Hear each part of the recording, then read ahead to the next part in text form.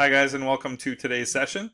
My name is Gilles Brito and I'm a psychotherapist, hypnotist, and coach that works and lives in Sudbury, Ontario, Canada. And today I thought I'd do a quick video on what makes people change. So the presentation is just kind of a snippet of actually a full workshop that I do on motivational interviewing. So I thought I'd just kind of take a little bit of the key elements of what motivational interviewing is all about and how you can incorporate these elements to just kind of start to promote change. Now today will just be kind of on the guiding principle and what MI is really about. And in future videos, I'm going to go a little bit more into the specifics on how motivational interviewing actually works. So, the way I thought to start this kind of presentation is just having you have a little bit of kind of thoughts or food for thought. So the first one is that you would think that having had a heart attack would be enough to persuade a person to quit smoking, change their diet, exercise, or take their medication. And also, you would think that hangovers, damaged relationships, crashes, memory blackouts would be enough to convince a person to stop drinking, say. And you would also think that the very real threats of blindness, amputation, and other complications from diabetes would be enough to motivate weight loss and glycemic control. And lastly, you would think that the time spent in the dehumanizing privations of prison would dissuade people from reoffending. And yet, often it's not enough. So some of the key things to think about when you're thinking about all these behaviors is that logic would indicate that of course you should stop smoking, or of course you should go on a diet, or of course you should have your diabetes under control, or of course you shouldn't reoffend. But yet a lot of times it's not enough. And one of the reasons that a lot of these arguments are based in logic.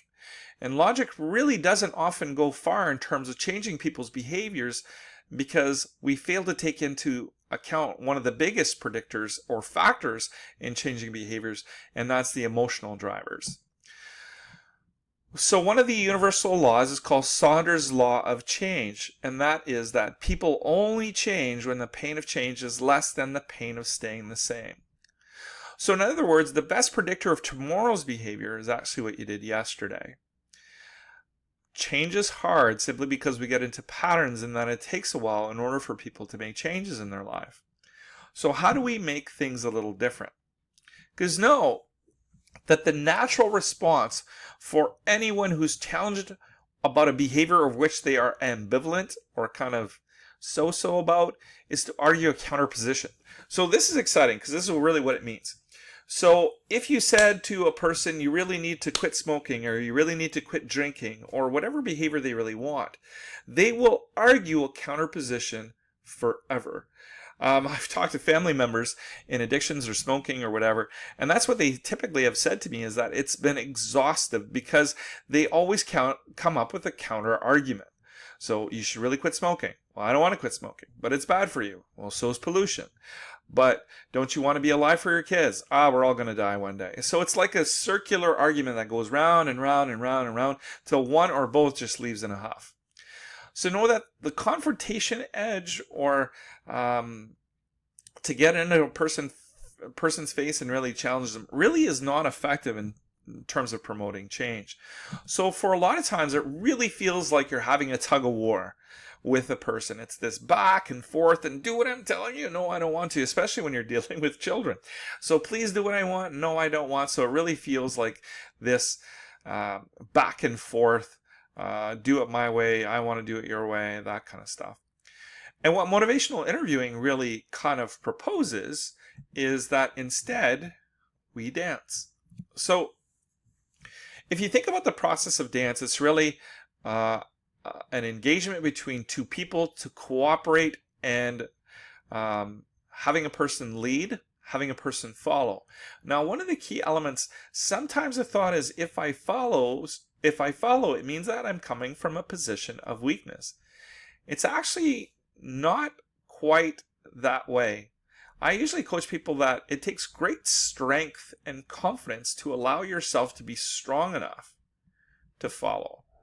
Having taken Latin ballroom dancing myself, I know that the strongest position is not the male position. We just offer the step. But the woman has to be strong enough and trusting enough in herself and in me that she will allow herself to be led. So it's kind of a unique platform. Now, of course, I've seen people dance phenomenally, like the ones that are on stage of Fred Astaire and Ginger Rogers. But the kind of the key elements of MI is you don't get to that level of dance without a lot of practice. It's the same thing with motivational interviewing. It really does take a lot of practice because it gets us out of our regular mindset of just continually ask questions and kind of try to impose our advice and our wills on other people. Now, this is not often, or not always, I should say, done in a negative way. Sometimes it's the people that we love and we really want the best for them. But sometimes what comes across as advice giving or confrontation. So what are some of the guiding principles of MI? Well, people are generally better persuaded by reasons which they themselves discover rather than those that come from the minds of others. In other words, I do much better if I come up with my answers than if you come up with them. So sometimes people talk about that as an aha moment where a person goes, you know what? I need to change this behavior. So our job is to kind of get to a way where they're confronting themselves. So MI, or motivational interviewing, is really a method of communication rather than a set of techniques. Now, one of the things that had come up the most when I offered this technique is that people would want specific things to say in specific situations. So if they're dealing with their teenager, what do I say when they do this? And I would ask them, let's just do a role play, because there's not a specific set of techniques. It's more of a set of guiding principles, and that's why we're covering these now in order to make this effective. So it's really kind of a fundamental way of being with people rather than a set of techniques that will get to the end goal. It's often, again, described as dancing rather than wrestling with the person. And you can imagine how less exhaustive it is to dance. Not that that doesn't take work, but it's just a lot less exhaustive than the wrestling.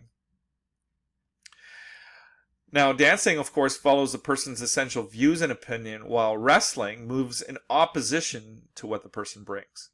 There's always a counter move. So why interviewing? As with all interviews, the person that is speaking takes center stage.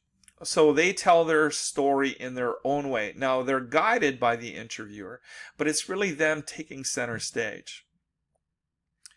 So as the predicament or the problem is discussed, on an equal and shared footing, the process of change can be enhanced or initiated to some degree.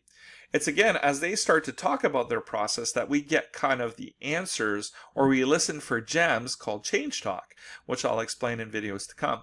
That's the key elements of what we're looking for to promote change. The fifth principle is that the assumption that all helpfulness starts from a position of humility, ignorance, and concerned curiosity. So when I was taught this technique, it was really to take on the role of Columbo. So a little bit of head scratching, a little bit of, tell me more about that. Now, Columbo was a genius because a lot of times he would just seem like the idiot that was looking for an answer, but oftentimes what happened is he got the answers from other people. So this helpful material that the person will give you, my job is then to work with the material or the gems that they provide. So again, that's change language we're going to talk about at a later point. Now, the sixth principle is that it's often presumed that readiness to change is caused by a lack of insight, knowledge, skill, or concern. Oftentimes, especially in addiction talk, we used to call this denial, so that the person is just not knowledgeable enough to make a change. I've come to realize in working as a hypnotist with a lot of smokers, it's not because they don't know better that they continue to smoke. They know the harmful effects. In fact, every time they open a pack of cigarettes, it's right there on the container of the pack about the harmful effects of smoking. So it's not because they don't know better. And that's something that we really need to move away from. We need to be ready to understand and work with factors that sustain current behavior. So it's also to recognize what we do that will help the behavior be sustained. And in this case, if it's a negative behavior, we have to be aware of that so we don't do things that makes things worse on the person. The seventh principle is that we need to acknowledge that behavioral change is difficult and sustain effort through many temptations. We can help accelerate the process of change, but we can also inhibit. So the main key is understanding and the acceptance of this ambivalence, which is really the true dilemma between the virtues of good and bad. A lot of times when it comes to a behavior that is causing you pain, obviously it's seen as bad. So again, take any behavior, drinking for example. The person understands that if I continue to drink, that's bad, but it serves a purpose. So it's to understand the full concept of both sides of the person. Now, understand our attitude in dealing with a person is also key. So it's to eliminate our own filters, and that we have to be okay with a person if they stand in a position of ambivalence, which is really hard as a helper. It's one of the hardest things I had to overcome, because one of the reasons I got in this field is because I really wanted to help people change. And what do I do if they don't want to? So that was kind of a unique challenge. So this is from Bill Miller, who is the originator of the technique, which is, I learn what I believe as I hear myself speak. So the goal is to have the person say to themselves, you know what, something's got to change. Whether, again, that's smoking, drinking, whatever the behavior is, but something's got to change. Know that arguing and resistance does not result in change. It usually leads to counter that. So it leads to more problems and more of the behavior to continue. Also understand that ambivalence, this back and forth, is normal. It is not pathological or the person's in denial. It is normal. We've all, you, me, everybody, we've all struggled with issues. And that ambivalence to change is normal. Now, my job is to organize the interview so that, again, the person confronts themselves, tells me, you know what, I got to change something. So, in essence, they should convince us that they want to change, not the other way around. So that's kind of a key, some of the key pointers of what motivational interviewing is. Again, in weeks to come, I'm going to continue to add to this in terms of the specific skills on how to get the interview guided and generated in this way to promote change. So I'm looking forward to that, and I'm hoping you're going to join me for those sessions. So as usual, if you have comments, if you have questions, I'd like to do a follow-up with anybody who asks a question. I welcome your comments and questions along the way. So as usual with that, have a great day and live your life with passion.